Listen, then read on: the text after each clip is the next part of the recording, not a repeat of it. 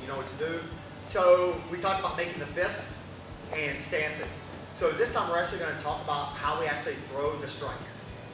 So remember our fists, we're not going to go over that. If you want that, just go back to level 1, just go back to number 1. So I've got my stance from the last video. I've got my hands up just below my chin, very relaxed. Everything, boom, can move. We're going to talk about throwing the actual punch now.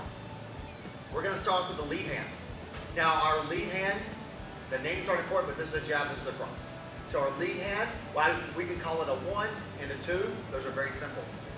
So a lot of people, when they throw a punch, I'll show you from the side, they do this, right? They throw what's called arm punching. You're like, aren't you using your arm to punch? Yes, but we want to use our body, we want to use momentum, we want to use weight. So however much you weigh, I don't want to leave that on the table and just go and just throw punches like this. I want to use some weight. Well, how do I do that? I'm going to get my weight to go forward a little bit. Even this much gets my weight going into the direction I need it to go, which adds all that extra energy. So my hands are up, I'm relaxed. So now we start talking about the timing of it. Because if I go stomp, punch, what happens is I broke it up into 2, it needs to be 1. So I want you to think about, as I stomp, as soon as my foot lands, the strike should land. And we have some common issues here. People like to lift their foot. Well, that takes time.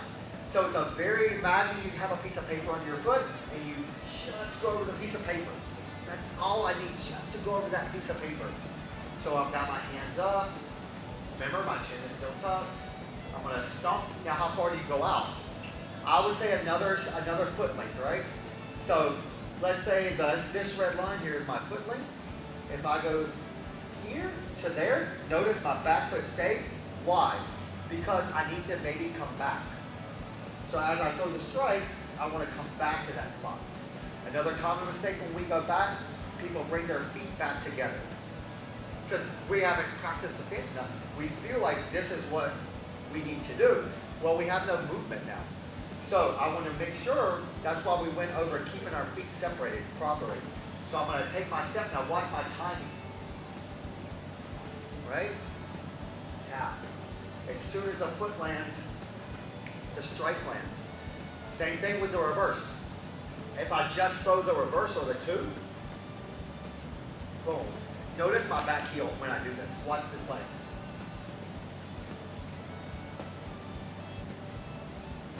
Boom.